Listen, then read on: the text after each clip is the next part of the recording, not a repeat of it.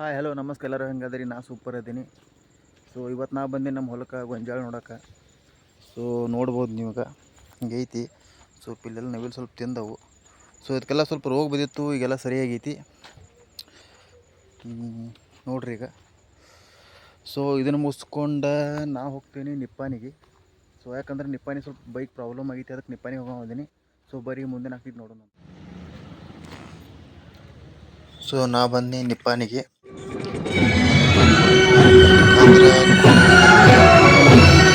ಆಚರಣೆ ಮಾಡತ್ತಿದ್ರು. ಸೊ ನೋಡ್ಬೋದು ಎಷ್ಟು ಗ್ರ್ಯಾಂಡಾಗಿ ಮಾಡತ್ತಾರಂತ. ಸೊ ಒನ್ಸ್ ಅಗೇನ್ ಎಲ್ಲರೂ ಕರ್ನಾಟಕ ರಾಜ್ಯೋತ್ಸವದ ಶುಭಾಶಯಗಳು. ಸೊ ಸಿಕ್ಕಾಪಟ್ಟೆ ಜನ ಇದ್ದರು. ಸೊ ಡಿ ಜೆ ಅದು ಹಾಕ್ತಿದ್ರು. ನೋಡ್ಬೋದು ನಾವು ಕರ್ನಾಟಕ ಬಸ್ ಯಾವ ರೀತಿ ಡೆಕೋರೇಷನ್ ಮಾಡಿದ್ದಾರೆ ಅಂತ ನೋಡ್ಬೋದು ನೀವು. ಆಮೇಲೆ ಯಾಕೆ ನಾನು ನಿಪ್ಪಾಣಿಗೆ ಬಂದಿದ್ದೆ ಬೈಕ್ ಸ್ವಲ್ಪ ಪ್ರಾಬ್ಲಮ್ ಆಗಿತ್ತು, ಅದ್ರ ಸಲುವಾಗಿ ಬಂದಿದ್ದು. ಸೊ ಎಲ್ಲರೂ ಟ್ರ್ಯಾಕ್ಟರ್ನಾಗ ಅದು ಸ್ಕೂಲ್ ಹುಡುಗರದು. ಸೊ ಕರ್ನಾಟಕದಾಗ ಏನು ಆಗಿ ಹೋಗಿದಾರಲ್ಲ ಸಂಗೊಳ್ಳಿ ಕಿತ್ತೂರಾಣಿ ಚೆನ್ನಮ್ಮ, ಉಲ್ಕೆ ಒಬ್ಬವ, ಆ ಥರ ಎಲ್ಲ ಡ್ರೆಸ್ ಕಾಸ್ಟ್ಯೂಮ್ ಅದು ಹಾಕ್ಕೊಂಡು ಟ್ರ್ಯಾಕ್ಟರ್ ಟ್ರಾಲಿ ಓದಿ ನಿಂತಿದ್ರು. ನೋಡ್ಬೋದು ನೀವು ಛತ್ರಪತಿ ಶಿವಾಜಿ ಮಹಾರಾಜ ಆಗಿರ್ಬೋದು.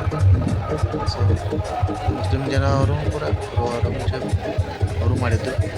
ಸೊ ನೋಡ್ಬೋದು ನೀವು ಔರಂಗಜೇಬ್ ಮಾಡಿದ್ದಾರೆ. ಸೊ ಮುಸ್ಲಿಂ ಜನನೂ ಕೂಡ ಅವರು ಕರ್ನಾಟಕ ರಾಜ್ಯೋತ್ಸವ ಫುಲ್ ಗ್ರ್ಯಾಂಡಾಗಿ ಆಚರಣೆ ಮಾಡೋದಿದ್ರು. ಅದು ನೋಡಿ ಖುಷಿ ಆಯಿತು. ಸೊ ಅದು ಮುಗಿಸ್ಕೊಂಡು ನಾವು ಬಂದು ಗ್ಯಾರೇಜ್ಗೆ ಬರೋಷ್ಟು ಮಿಸ್ತ್ರಿ ಇಲ್ಲಾಗಿದ್ರು. ಸೊ ಅವ್ರಿಗೆ ಆರಾಮಿಲ್ಲ ಅಂತ ಮನೆಗೆ ಹೋಗಿದ್ರು. ಆಮೇಲೆ ಬಂದರು ಮಿಸ್ತ್ರಿ ನೋಡ್ಕೊಂಡು. ಸೊ ಗಾಡಿ ತೋರಿಸ್ಕೊಂಡು ಆಮೇಲೆ ಬಂದು ಹೊಲಕ್ಕೆ. ಸೊ ಯಾಕಂದರೆ ಕೈ ತೆಗೆತಿತ್ತು. ನಾವು ಕೈ ಅಂತೀವಿ, ಕೆಲವರು ಶೇಂಗಾ ಅಂತಾರು. ಸೊ ತಕ್ಕೊಂಡು ಮನೆಗೆ ಬಂದು. ಸೊ ಮನ್ಯಾಗ ಸ್ವಲ್ಪ ಮಾಡಾಕತ್ತಿತ್ತು, ಮಳೆ ಬರತ್ತಿತ್ತು ಅಂತ ಚಹಾ ಕುಡ್ದು ಕಾಯಿ ತಂದು ಮನ್ಯಾಗ ಒಣಕ್ಕೆ ಹಾಕಿದ್ದು. ಅದಾದ ಕೂಡಲೇ ಬಂದು ಹೊಲಕ್ಕೆ. ಸೊ ಹೊಲದಾಗ ಸ್ವಲ್ಪ ಕಡ್ಲಿ ಅದು ಹಾಕಿದೆವು, ನೋಡ್ಬೇಕಂತ ಬಂದು. ಸೊ ನೋಡ್ಬೋದು ಈವ್ನಿಂಗ್ ಯಾವ ಥರ ನಮ್ಮೂರು ಹೊಲದ ವ್ಯೂ ಐತಿಂತ, ಯಾವ ಥರ ನೇಚರ್ ಎಷ್ಟು ಮಸ್ತ್ ಕಾಣತೈತಿ ಅಂತ ನೋಡ್ಬೋದು, ನೀವು ಅಬ್ಸರ್ವ್ ಮಾಡ್ಬೋದು. ಸೊ ಅದು ಮುಚ್ಕೊಂಡು ಬನ್ನಿ ಜೋಳ ನೋಡೋಕೆ. ಸೊ ಯಾಕಂದ್ರೆ ಒಂದು ವಾರದಿಂದ ಬಂದಿದ್ದಿಲ್ಲ ಹೊಲಕ್ಕೆ. ನೋಡ್ರಿ ನಮ್ಮ ಜೋಳ ಹೆಂಗೈತಿ, ಅದ್ರ ಸಲುವಾಗಿ ಬಂದು ನೋಡ್ತೀವಿ. ಸ್ವಲ್ಪ ಕೈಗಳು ಹಾಕಿದ್ದು ಮಸ್ತ್ ಕಟ್ಟೈತಿ, ಆ ಥರ ಬಂದಿದ್ದೀವಿ, ಮಸ್ತ್ ಗಾಳಿ ಬೀಸತ್ತಿತ್ತು. ಅದು ಮುಚ್ಕೊಂಡು ಸೀದಾ ಬಂದಿನ ಮನೆಗೆ ಬಂದಾದ ಕೂಡಲೇ ನೆಕ್ಸ್ಟ್ ಡೇ ನಾವು ಹೊಂಟಿದ್ವಿ ಅಂಬೂಲಿಗೆ. ಸೊ ಯಾಕೆ ಮೊದಲೇ ಹೇಳಿಲ್ಲ ಅಂದರೆ ಸೊ ಸಡನ್ನಾಗಿ ಪ್ಲ್ಯಾನ್ ಆಯಿತು. ಅಂಬೂಲಿಗೆ ಹೋಗ್ಬೇಕಂತ ಅನ್ನಿಸ್ತು. ಭಾಳ ದಿವಸ ಕನಸಿತ್ತು ಅಂಬೂಲಿ ವಾಟರ್ ಫಾಲ್ಸ್ ನೋಡ್ಬೇಕಂತ ಹೋಗಿದ್ದೆ. ಸೊ ನಮ್ಮೂರಿಂದ ಅದು ಅಂಬೂಲಿ ಐತಿ ಒಂದು ಸಾರಿ 76-80 ಕಿಲೋಮೀಟ್ರ್ ಆಗ್ತೈತಿ. ಸೊ ನೋಡ್ಬೋದು ನೀವು ಈ ಅಂಬೂಲಿ ನೋಡಿರದ ಯಾವ ಥರ ಐತಿ, ಸ್ವರ್ಗ ಅನ್ಬೋದು. ಸೊ ಎರಡನೇ ಮಾತಿಲ್ಲ. ಸೊ ಮಾನ್ಸೂನ್ ಟೈಮ್ನಾಗ ಮಾತ್ರ ಸಿಕ್ಕಾಪಟ್ಟೆ ಮಳೆ ಇರ್ತೈತಿ. ಇಲ್ಲಿ 3 ತಿಂಗಳು ಕಂಟಿನ್ಯೂ ಮಳೆ ಇರ್ತೈತಿ. ಸೊ ಈ ನವೆಂಬರ್ ಟೈಮ್ನಾಗ ಹೋಗಿದ್ದಂಥ ಮಾಡಂತೂ ಇತ್ತು, ಎಲ್ಲೆಲ್ಲ ಹಸಿರು ಹಸಿರು ಕಾಣತಿತ್ತು. ಸೊ ನೋಡೋಕೆ ಎಡ್ಕಂಡು ಸಾಲದು. ಸೊ ಸಹ್ಯಾದ್ರಿ ಬೆಟ್ಟದಾಗ ಬರ್ತಿದ್ದ ಅಂಬೂಲಿ ವಾಟರ್ ಫಾಲ್ಸ್.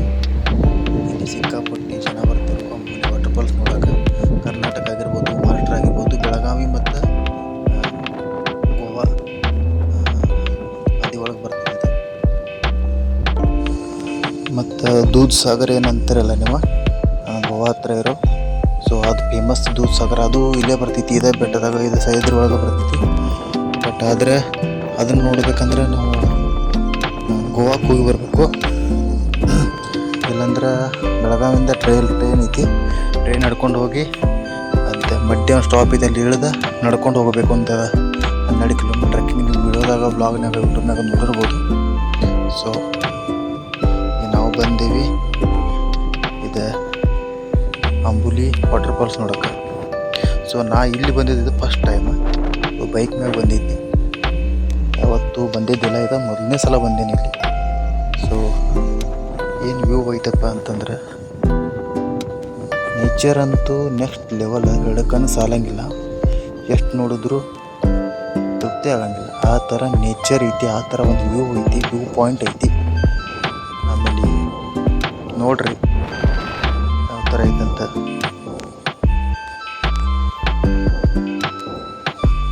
ಸೊ ಫೈನಲಿ ಬನ್ನಿ ಅಂಬೂಲಿ ವಾಟರ್ ಫಾಲ್ಸ್ ಹತ್ರ. ಅಂಬೂಲಿ ವಾಟರ್ ಫಾಲ್ಸ್ ಹತ್ರ ಇರುವಂಥ ಒಂದು ವ್ಯೂ ನನ್ನ ಬ್ಯಾಕ್ ಸೈಡ್ ಐತಿ ಅಂಬೂಲಿ ವಾಟರ್ ಫಾಲ್ಸ್, ಅದನ್ನು ತೋರಿಸ್ತೀನಿ.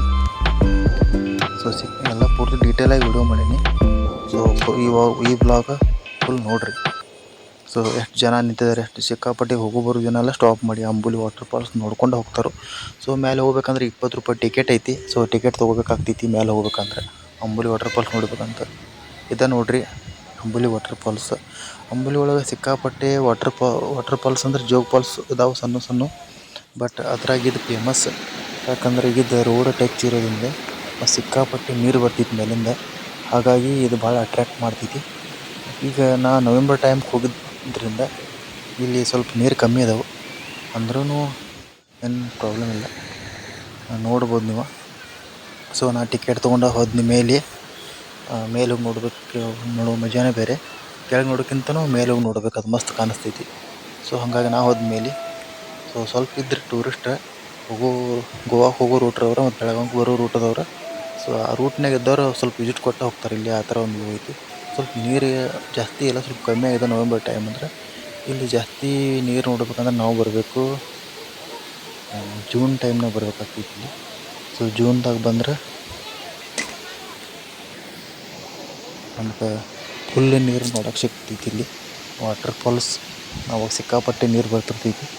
ಸೊ ಮಳೆ ಕಡಿಮೆ ಆಗಿದ್ದ ಕಾರಣದಿಂದ ಸೊ ಅಷ್ಟೊಂದೇನು ಜೋಗ ಫಾಲ್ಸ್ನಾಗ ಅಂಬುಲಿ ಫಾಲ್ಸ್ನಾಗ ನೀರಿಲ್ಲ. ಅಂದ್ರೂ ಸ್ವಲ್ಪ ಒಂದು ರೇಂಜಿಗೆ ನೀರು ಇತ್ತು, ಮೀಡಿಯಮ್ ಇತ್ತು. ಭಾಳ ಜಾಸ್ತಿನೂ ಇಲ್ಲ, ಏಕದಮ್ ಕಡಿಮೆನೂ ಇಲ್ಲ. ಸೊ ನೋಡ್ಬೋದು ನೀವು. ಈಗೂ ನೋಡೋಕೆ ಮಸ್ತ್ ಕಾಣತೈತಿ. ಫುಲ್ ನೀರ್ದಾಗಂತ ಹೋಗೋಕ್ಕಾಗಲ್ಲ, ನೀರು ಬರ್ತಿರ್ತೈತಿ ನೋಡಿದ್ಮೇಲೆ. ಸೊ ಅದು ನೀರು ಎಲ್ಲಿಂದ ಬರ್ತೈತಿ ಅಂತಲೂ ವಿಚಿತ್ರ ಅನ್ಸುತ್ತೆ. ಅಂದರೆ ಗುಡ್ಡು ಟಾಪಿಂದ ನೀರು ಬರ್ತೈತಿ. ಫಾಲ್ಸ್ ನೀರು ಬೆಳತೈತಲ್ಲದ ಗುಡ್ಡು ಟಾಪಿಂದ ನೀರು ಬರ್ತೈತಿ. ಮ್ಯಾಗಿಂದ ಎಲ್ಲಿಂದ ನೀರು ಬರ್ತೈತಿ ಯಾರಿಗೂ ಬರ್ತೈತಿ. ಒಂಥರ ವಿಚಿತ್ರ ಅನ್ಬೋದು. ಎಷ್ಟಾದರೂ ಪ್ರಕೃತಿ ಅಳಿಯೋಕ್ಕಾಗಲಿ ಯಾರಿಗೂ ಸಾಧ್ಯ ಇಲ್ಲ, ಮನುಷ್ಯನ ಬೆಲೆ ಅಂತೂ ಸಾಧ್ಯ ಇಲ್ಲ. ಸೊ ಅದಕ್ಕದೇ ಸಾಟಿ. ಸೊ ನೇಚರ್ ಇದು ಗಾಡ್ ಅಂತಾರೆ. ನಾನು ನೇಚರ್ ಫುಲ್ ಇದು ಅಂತೀವಿ. ಸೊ ನೇಚರ್ ಆಗಲಿ ಗುಡ್ಡಾಗ ವಾಟರ್ ಫಾಲ್ಸಿಗೆ ನೋಡೋ ಸಿಕ್ಕಾಪಟ್ಟೆ ಹೊಸ ಹೊಸ ಪ್ಲೇಸಿಗೆ ಹೋಗ್ತಿರ್ತೀನಿ. ಯಾವ ಥರ ನೀರು ಬರತ್ತಿದೆ ಅಂತ ಬಿಸಿಲು ಕಾಮನ್ ಥರ ಕಾಣತ್ತಿತ್ತು. ನೀರು ಸ್ಮೆಲ್ ನೋಡ್ತೀರ ಆ ಥರ ಕಾಣತ್ತಿತ್ತು. ಚೆನ್ನಾಗಿ ಬಂದಿದ್ದು ಫುಲ್ ಎಂಜಾಯ್ ಮಾಡ್ತಿದ್ರು. ನಾನು ಮಂಡವರ್ ಎಂಜಾಯ್ ಮಾಡಿದ್ದೆ. ಸೊ ಮಸ್ತ್ ಅಂದ್ರೆ ಮಸ್ತ್ ಕಾಣತ್ತಿತ್ತು. ಸೊ ಈ ಬ್ಲಾಗ್ ಪೂರ್ತಿ ನೋಡಿರಿ. ಈ ಬ್ಲಾಗ್ ಇವತ್ತಿಂದ ಆಗಿರ್ತೈತಿ. ಈ ಬ್ಲಾಗ್ ಇವತ್ತಿಗೆ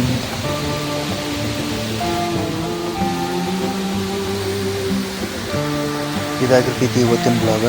ಈ ಬ್ಲಾಗ್ ನಿಮ್ಗೆ ಇಷ್ಟ ಆಗಿತ್ತು ಲೈಕ್ ಮಾಡಿ, ಇದನ್ನು ಡಿಸ್ಲೈಕ್ ಮಾಡಿ. ಮತ್ತೆ ಸಿಗೋಣ ನೆಕ್ಸ್ಟ್ ಬ್ಲಾಗ್. ಅಲ್ಲಿವರೆಗೂ ಟೇಕ್ ಕೇರ್, ಟಾಟಾ ಬೈ.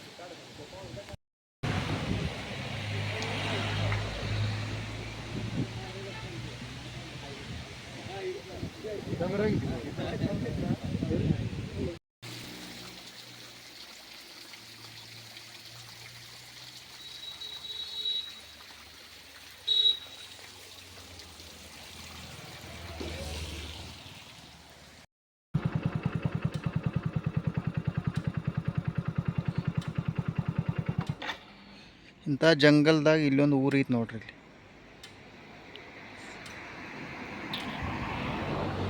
ಸುತ್ತಮುತ್ತ ಎಲ್ಲ ಕಡೆ ಗುಡ್ಡಗಾಡು, ಎಲ್ಲಿ ನೋಡ್ತಾರೆ ಅಲ್ಲೆಲ್ಲ ಕಡೆ ಪೂರ್ತಿ. ಆದರೆ ಇಂಥದ್ರ ನಡುವೆ ಒಂದು ಊರು ಐತಿ ಸಣ್ಣ, ಹೆಂಗಿರ್ತಿರ್ಬೇಕು ಹೇಳಿ.